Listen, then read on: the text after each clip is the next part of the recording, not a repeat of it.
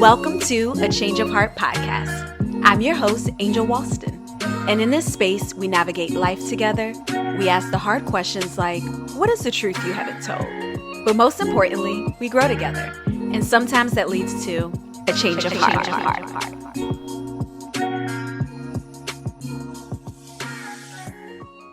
Hey everyone, so we are back for season 2. We are kicking off season 2 with the first episode, and I'm super excited to be back. Ever since I wrapped up season 1, I was already planning for season 2, and it really feels good to be back and to talk about life with you all again. So I'm excited.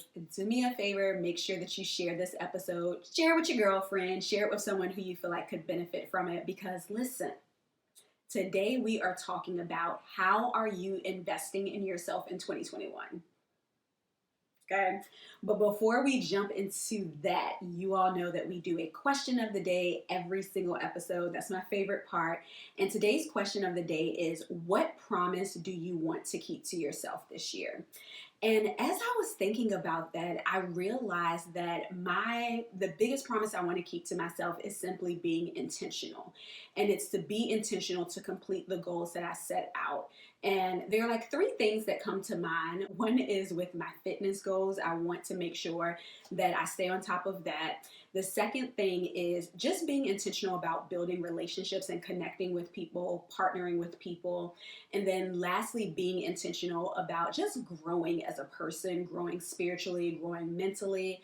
Y'all know we doing, or maybe you don't know actually, we're doing a book club. I shared it in the last episode of last season, but I'm doing a book club, and every single month we are reading a new book. And so I just really want to just grow and be open to learning, unlearning still. And so those are the promises that I want to keep to myself this year. And so you all know the drill by now. Let me know if you're watching this on my YouTube channel. You can put your answer in the comments. What promise do you want to keep to yourself this year? And then follow me on Instagram at Angel C. Walston, and I always post the question of the day in my stories. And I also created its own little Instagram for A Change of Heart podcast, and that's what it is, at A Change of Heart podcast. So you can follow me there on Instagram, and I'll be posting more things about the podcast there. All right, are we ready to jump into today's topic? Because we are discussing how are you investing in yourself in 2021. And I feel like with every new year, people make New Year's resolutions. They write out all of these goals that they have for the year, the things that they want to accomplish. And there's nothing wrong with that. Like, I'm not knocking it. I'm not necessarily one who's like into like the vision boards and all of that, but to each its own. Because I don't know, I feel like it's good to have direction so that you can focus in on what you want to achieve. But the problem is, people always have great intentions in January, but more people tend to fall off throughout the year than those who actually stick with their plan and accomplish what they set out to do as the year goes on. And so with this idea, I started thinking about how in order for you to accomplish the things that you want to do, you have to invest in yourself. And we're going to discuss a couple of ways that you can invest in yourself in 2021 that will help you to achieve the goals that you want to set out. But first things first. Y'all know by now, I'm a definition girl.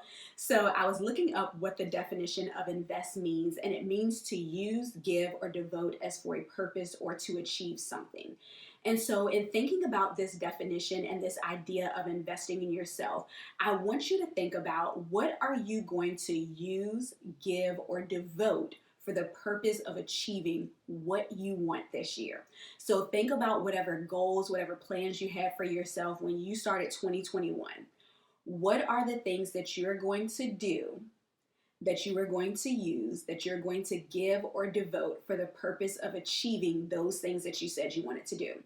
And I want to share some of the ways that I intend to invest in myself to give you some ideas, because it's not universal. So the way that I intend to invest in myself, it truly could be not applicable to you, none whatsoever, and that's perfectly fine. But you do have to take the time to determine what that looks like specifically for you. So one of the first ways I intend to invest in myself this year is in personal and professional development. So let me lay some groundwork so this makes sense. I've been thinking a lot about how every single job I've had, we've always been required to have at least 40 hours of training every year.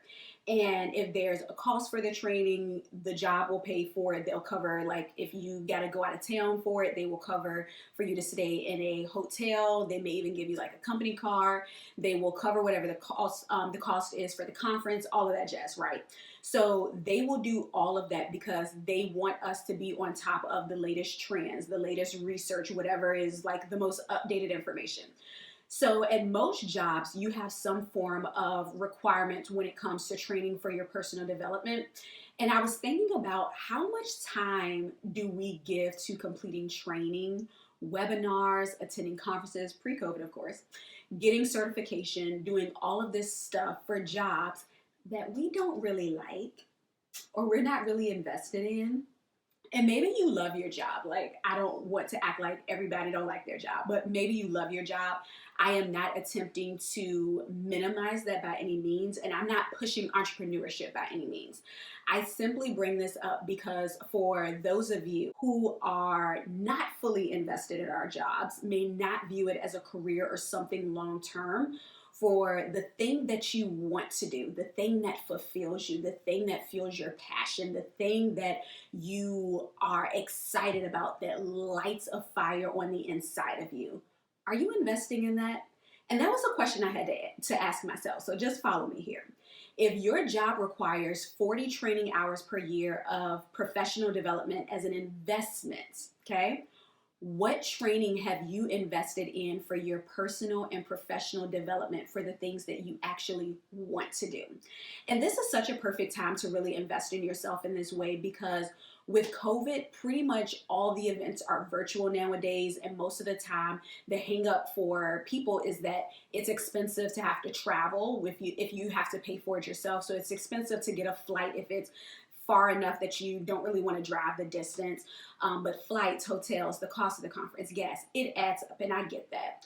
Some people have anxiety in general regarding traveling. Some people have social anxiety and they don't like to be in large groups. Get that as well. So with things being virtual, that eliminates a lot of the concern or issues that may have made it more difficult or challenging for you to do these things previously. But nowadays, like, you can literally Google events in the area of specialty that you're looking for. You can go on eventbrite.com and search the specific thing that you're looking for. Facebook groups are also another great option. They're literally groups for everything, where you can find support, where you can network, where you can find other like-minded people. And another great way to find events or connect with or follow people in the field that you're in or that you want to become a part of is using hashtags. Listen, the way that I found my life coach that I've been working with for the last 2 years, I literally went on Instagram and searched hashtag Black Life Coaches, and that's how I found Shanita, and it's been the best decision that I've ever made. And as you're searching hashtags and you click on the different pages, more than likely you'll be able to find some kind of workshop that they offer, a masterclass, a webinar, or something that will direct you to where whatever it is that you're looking for, where you can find it. Now, in thinking about investing in yourself in this way, it is important to know what exactly is it that you're looking for. And that doesn't necessarily mean that if you don't know, then don't bother, because as you're trying out different things, you may discover areas that you're interested in that you were unaware of, or you may have multiple things that you're interested in. That is perfectly fine. Everybody loves a multifaceted person, okay? So being multifaceted or being multidimensional, that does not mean that you have to be boxed in or stuck in certain categories. You simply just need to figure out what the overlap is. So I was having a session a couple of weeks ago, and I was talking to my life coach about wanting to invest in myself in this way. And I was telling her that, there are a lot of things that I do, but they fall under different communities essentially. And so I wasn't really sure in looking for this community. It's like, I don't really know what I'm looking for per se, because the things that I do are different. And so there's not really an overlap. So for example, you all know, obviously, I host a podcast, and this is pretty much our space for girl talk. This is where we grow together. This is where we talk about life. And then I have Change Hearts and the YouTube channel that's associated with Change Hearts, which is solely faith-based. So there's this ministry component of me that is separate in certain ways as well. So I also write books. So there's like the author writer component.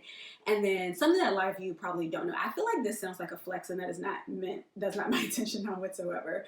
But I also do, I would not call myself a graphic designer, but 90% of the graphics that you all see for Change Hearts, that you see for the podcast, I've created that, with the exception of a few things that I had someone on my team when I had a team for Change Hearts who did those things for me. So the question, I bring all of this up to say, the question becomes, what do you focus on? If I'm trying to find this personal development, this professional development, and I have all of these areas that I feel like I'm tapped into, what do I start? Where do I start? What is it that I need to actually like give my attention to? And so I was talking to my life coach about this, and she helped me to see that instead of trying to find something to be a part of each one of those components, because that can end up being overwhelming, figure out where the overlap is. And I figured out that in each of the things that I do, the overlap is my why. So why do I do Change Hearts? Why do I make the YouTube videos? Why do I write the books? Why do I do this podcast? Why do I do all of these different things? And what it boils down to is because I am invested in helping women to find wholeness, healing, and to walk in the authenticity of who God has created them to be. And y'all are going to hear me drive this point throughout this season, because that's my secret sauce. That's my thing. That is the thing that fuels my passion. That is the thing that makes me excited. That is the thing that drives why I do what I do. And so as I was thinking about all of this, I'm like, that's it. That's the caption. I bring this up because it's important to understand to not confuse what you're capable of doing with what you're called to do, because they're not always mutually exclusive. You can do a whole lot of things, but always bring it back to your why. Why do I do this? What drives me? Like, what am I excited about? So for me, as I thought about what drives me, what I'm passionate about, it's always been about helping women to be whole, to be healed, and walk in the authenticity of who God created them to be. That's always been it. My investment in professional development is focused on how can I better serve women, because that ultimately is my demographic, is helping women to become the best version of themselves, helping them to eliminate the roadblocks, the things that are keeping them from walking in the authenticity of who God created them to be. Because when you're able to be whole, when you're able to be healed, and when you're able to truly walk in authenticity, that's where everything starts to open up. That's where you're able to really walk in your purpose. That's when you're able to really like be in the space where you're able to really fulfill the things that God has created you to be. And so here's the thing about investing in yourself, especially when it comes to what you're good at doing.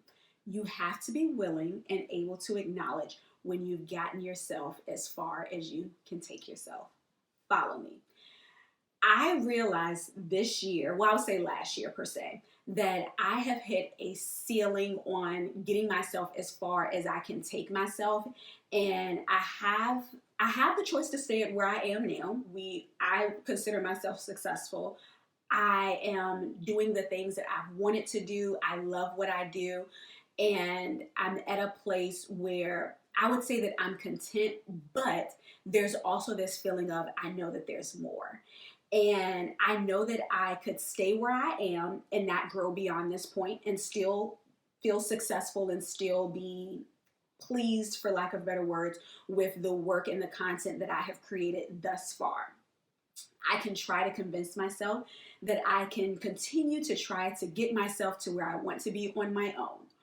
Or I can make the investment of allowing people who are way beyond where I am. They don't even have to be way beyond where I am. They don't even have to be in the position of where I am, to be honest, but who have the tools, the resources, and are equipped to help me to get to the place that I ultimately want to be in.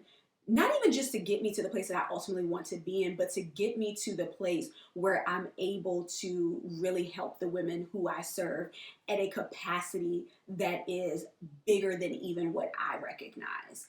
And so I share this because as you're thinking about what this looks like for you, go back to your why and determine how you can continue to develop and cultivate your why, because your why is what's going to drive everything for you. If you don't know why you do something, if you're just doing it just to do it, you will realize that a lot of the things that you're doing, you're not excited about it because you don't even know why you're doing it. And for some of us, if we were to be honest, our why is rooted and tied into other people. It's not even something that we want to do. We don't want to let people down. I have been there, done that. I'm in that right now. If I can be 100% honest, that's an episode for a later day. But we don't want to let people down. We don't want to disappoint someone else's dreams for us. Some of us have people who are living vicariously through us, and so we don't want to let their dream fall. But it's like, you're not even doing what you want to do. You're not even doing the thing that God has called you to do, if we want to be really real, because you're either rejecting it, you're running from it, or you're trying to live and walk in somebody else's dream that God been trying to wake you up from that. So you have to really think about what it is that motivates your why. What is it that you are invested in? What is it that you really want to do? How can you really serve other people with the gifts that God has given you? What is it that is inside of you that is just like, it's like busted, it's like knucking and bucking, ready to come out, but you're allowing yourself to stay where you are because you feel like you're not capable, you're not qualified, you're not good enough, you can't. What is that? Because the reality is, some of us have allowed fear and our own negative self-talk to talk us out of our why. Because we know that we have a passion for something, we know that we have a drive for something, we know that there's something that we want to do, that we would love to do, but we talk ourselves out of it because we feel like we're not good enough or we're not qualified. According to who? According to what? And if you feel as though you don't have the resources, the tools, invest in personal and professional development so that you can get to the place that you want to be in. All right. So another area that I'm investing in this year is my body.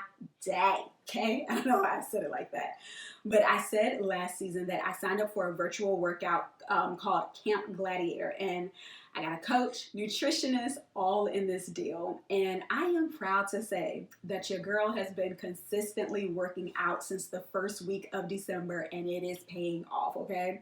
So I've noticed that my pants have been tighter. And initially I thought it was because, you know how like when you wash your jeans, they get a little bit on the tight side. You got to wear them to like warm them up a little bit. So it's like, I thought because I had washed them that maybe it had shrunk a little bit and I just needed to loosen them up. But that's what I thought was going on. But I went to put on a pair of jeans that have always been like a little bit on the loose side, even like after I washed them. And I went to put them on and my jeans was like, new booty, who this? who this? So I decided to weigh myself. This was a couple weeks ago. And y'all, all my life, I have been super tiny, okay? As a full size grown adult, my weight has fluctuated between 110, 115 max. Y'all, I got on the scale and your girl is 123, okay?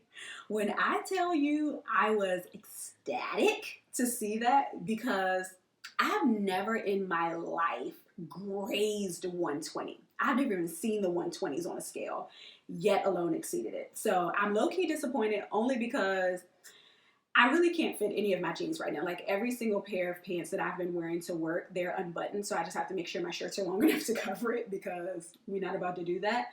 But I'm going to have to invest in some new bottoms and add that into the budget. So listen, as I was like putting on my jeans and everything was getting a little on the tight side, I was like, Angel, it's either the gut or the butt. And listen, one of the two is getting bigger, and honey, it is not my gut, okay? So y'all do with that information whatever you feel free to, but I have every single intention to purchase a thick thigh Save Lives shirt in my near future, okay? So yeah, it's working even though I absolutely hate working out. I'm not gonna lie, I still don't enjoy working out. It's not fun to me. in any form or fashion. I honestly look forward to listening to my workout playlist like that I enjoy, and the camaraderie of the comment section, our support group in the comment section of our Zoom workout, of other people hating working out too. Like that's literally what I'm there for. I never look forward to working out. So yeah, for people who genuinely enjoy working out and you do it consistently, happily, without wavering, how does it feel to be God's favorite? I'm asking for myself. Like, I would love to know, how does it feel to be God's favorite? Because that's just not my life. So yeah. But I share all that to say I made a commitment when I started doing the workout back in December. I made a commitment to working out consistently 3 times per week for a minimum of 6 months. And I want to be able to look back on this time next year, so January 2022, and I want to be able to say that I was in the best shape of my life, and I want to be able to have the body to prove it. Okay? So I view this as an investment in myself because it's not completely just about working out, but I want to take care of my body. Like I realize, listen, I'm pushing 40. Like I'm just rounding up at this point. I'm 32. I'll be 33 this year, but listen, I'm pushing 40 and I want to take care of my body. I want to make sure that I am really putting myself in the best position as I age, that I can hopefully avoid some of the fatigue and whatnot that comes with not taking care of your body. So I feel like it's the only one that I have, and that I'm going to have to make sure that I am keeping it healthy, that I'm taking care of it. And also I want to be intentional about listening to my body when it's tired, when it's fatigued, when it's overwhelmed. I'm learning to be kind to my body, to stretch my body, all of it. I have been consistently working out 3 times per week, except for 1 week where I don't know what was going on. I got a cramp in my leg, then I got a cramp in my arm while I was lifting weights. And I was going to do another workout that week to get my 3 in. And I was like, we're going to take a day off. And that's okay, because that's our business in Auntie Tab's voice. So yeah, but I just think about how I want to be able to fully do all the things that God has created me to do. And I don't want to be tired because I'm not taking care of myself. I don't want to end up sick with diseases that are preventable because I didn't take care of myself with better eating habits. And so the working out, eating healthier, and eating in general, because I be skipping breakfast, okay? Like a lot. And I'm trying to be better about that, but I be skipping breakfast. But these things are long-term investments because I want to create healthy habits that will be long-term. Like I want this to be something that's not just like summer body, but I want to have a body and overall inner health that is really consistent with my desire to want to live and my desire to want to be able to really fulfill the things that God has called me to. And I also want my booty to be high and lifted up and look good in jeans. So there's that, folks. So last but certainly not least, is actually the most important investment, that is in your mental health.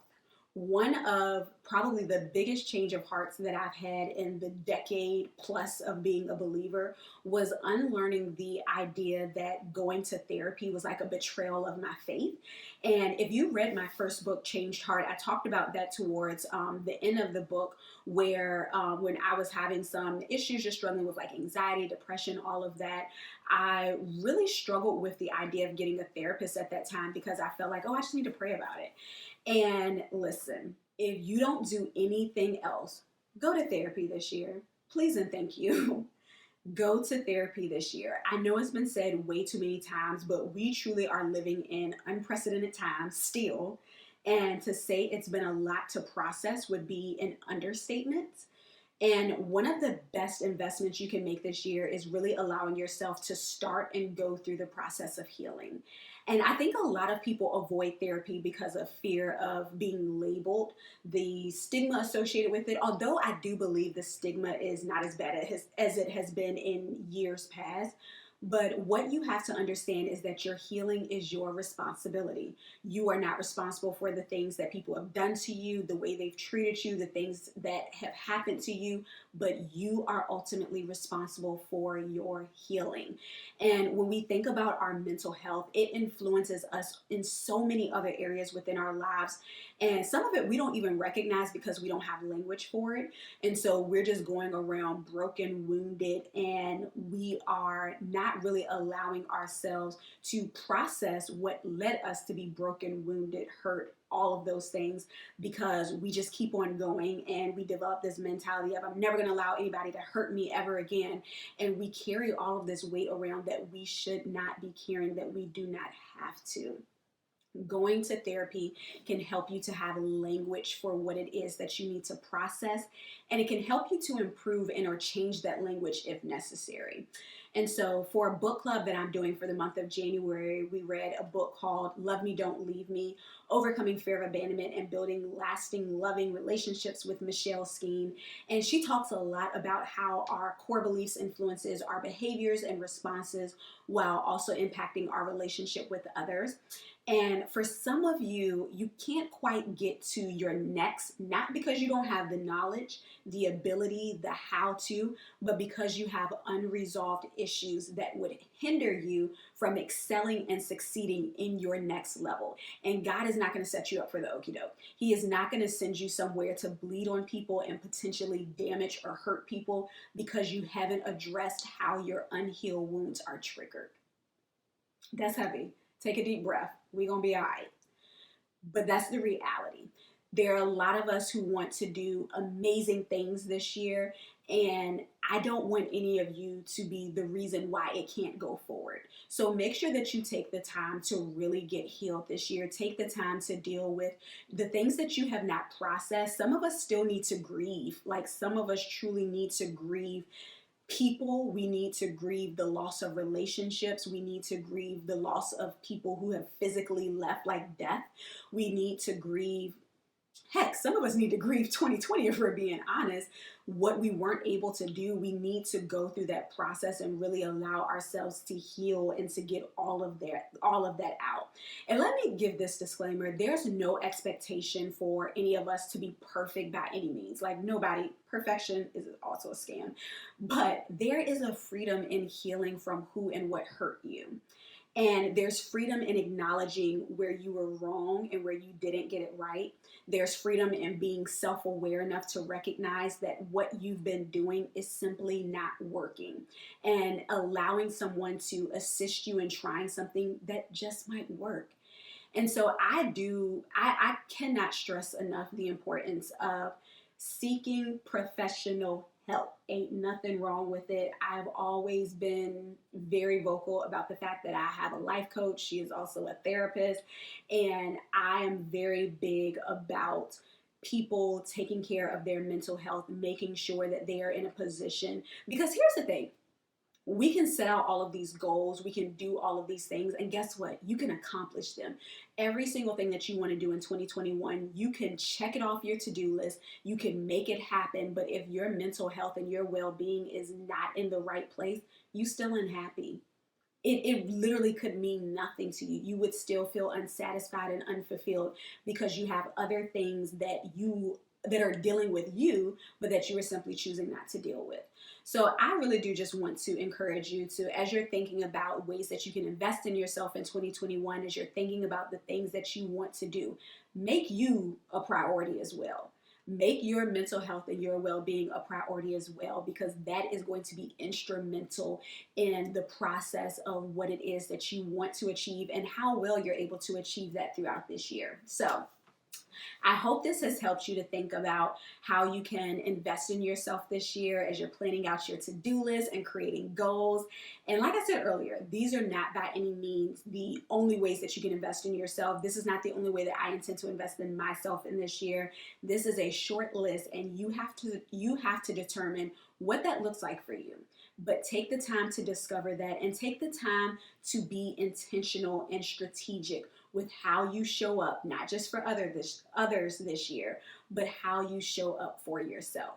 How are you going to show up for yourself and invest in yourself in 2021? Because that's important too. So I hope you all found this helpful. I hope you all have a great week. And don't forget to be whole, be healed, and be authentic, because baby, that is your secret sauce. Bye. Thank you so much for tuning into a Change of Heart podcast. I hope you were encouraged, and please take a moment to share with a girlfriend, and don't forget to download the episode. Lastly, I would love to connect with you. You can follow me on Instagram at Angel C. Walston and at A Change of Heart podcast. Have an amazing week, and don't forget, be whole, be healed, and be authentic.